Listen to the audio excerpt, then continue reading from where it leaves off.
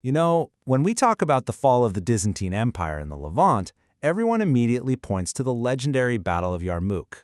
And sure, that was a massive, decisive blow.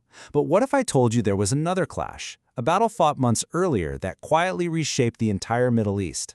Welcome to this explainer. Today, we're exploring an absolutely epic engagement fought amid rivers, marshes, and fertile plains. The forgotten turning point? The Battle of Fahl. So here's a question for you. What if the key to the Levant wasn't actually won on a dry, dusty battlefield, but in a flooded marsh? It's kind of hard to imagine, right? I mean, when we picture the early Islamic conquests, we usually envision these vast, sweeping desert cavalry charges. But what happens when the environment itself is weaponized? Because as you'll see, geography, rather than just sheer numbers or standard military tactics, completely defined this forgotten moment in history.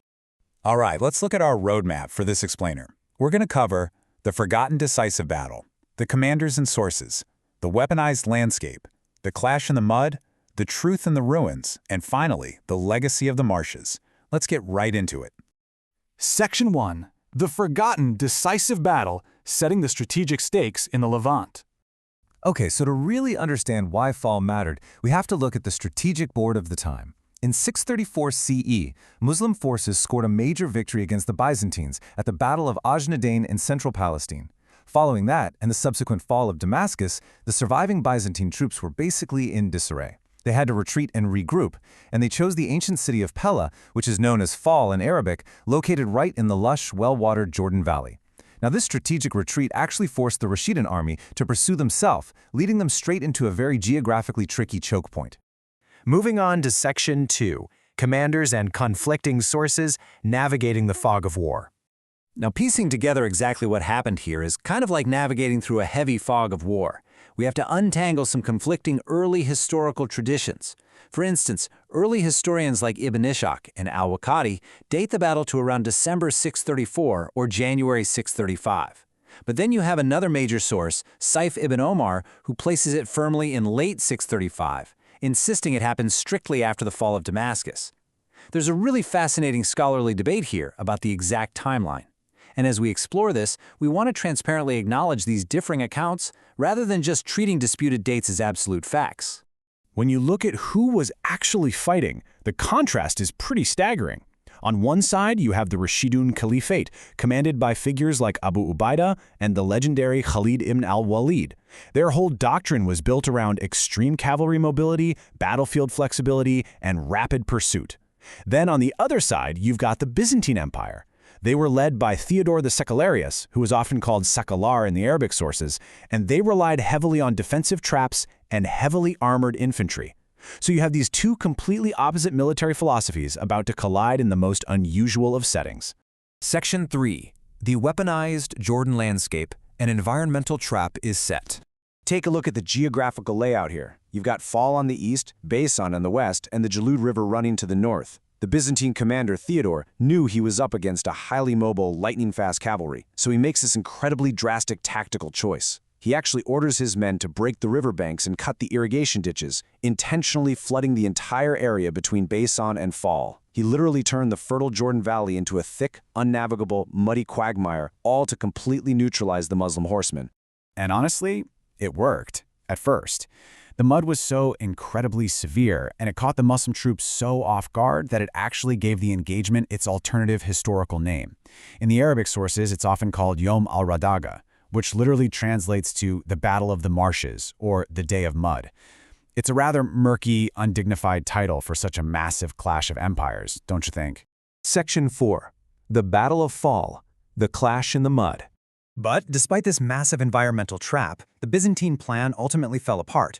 Let's break down exactly how it happened. Believing the Muslims were totally bogged down and immobilized in the muck, the Byzantines launched a surprise sortie out from Baisan. However, the Muslim infantry remarkably held their ground. They absorbed the shock of the attack. Then, the tide suddenly turned.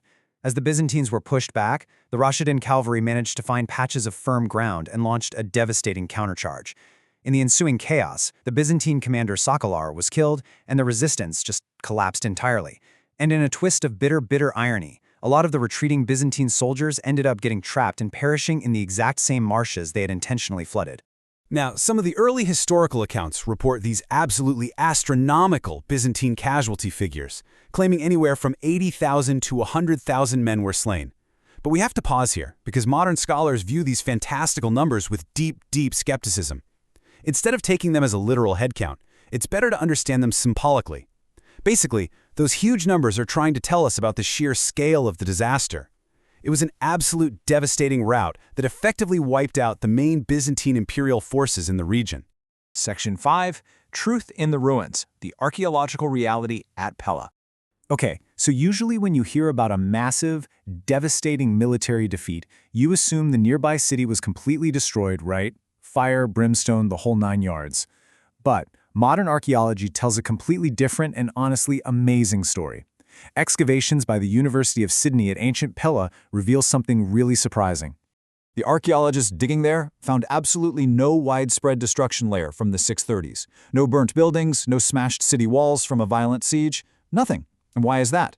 Well, because the historical texts and the archaeology actually agree on this point. Pella surrendered peacefully by treaty. They agreed to pay tribute to avoid military occupation. Because of that, the city experienced continued, uninterrupted habitation. The people living there seamlessly transitioned into the early Islamic period, and they just started modifying their pre-existing Byzantine buildings to fit their new lives. For example, archaeologists discovered that what used to be these wealthy, incredibly spacious Byzantine courtyard homes were practically modified by the inhabitants. Get this, they actually built feed bins right into their living rooms so they could stable their animals inside. It shows this really peaceful, if maybe a bit rustic, shift from wealthy urban living to a much more agricultural lifestyle, all using the exact same buildings. The city definitely wasn't burned to the ground. So, you might be wondering, if the Islamic conquest didn't destroy Pella, why is it in ruins today? Well, the answer is actually a massive earthquake that hit in 749 CE. Over a century after the battle, it was a catastrophic natural disaster that finally brought Pella to its knees, not the clash of empires. Section 6, Legacy of the Marshes, the Path to Yarmouk. So what's the big takeaway here? Why does this muddy, half-forgotten battle matter to us today? Well, by winning at Fahl, the Muslim forces fully secured the incredibly strategic agricultural breadbasket of the Jordan Valley. They effectively wiped out what historians call the Southern Damascus Shield, which was the network of Byzantine garrisons protecting the approach to Syria. This absolutely crippled Byzantine military capacity in the south, it isolated their remaining troops, and most importantly, it cleared the board. Fahl laid the absolute logistical and strategic groundwork for the final, famous showdown. Which leaves us with this final thought. If that environmental trap had actually worked, if the mud of Fahl had halted the Rashidun army and the Jordan Valley had remained safely in Byzantine hands, could the legendary, world-changing victory at Yarmouk the very next year have ever taken place? It really goes to show that sometimes the most pivotal moments in history aren't the ones everyone talks about. They're the messy, complex struggles fought quietly in the marshes. Thanks for joining me on this explainer, and keep questioning the history you think you know.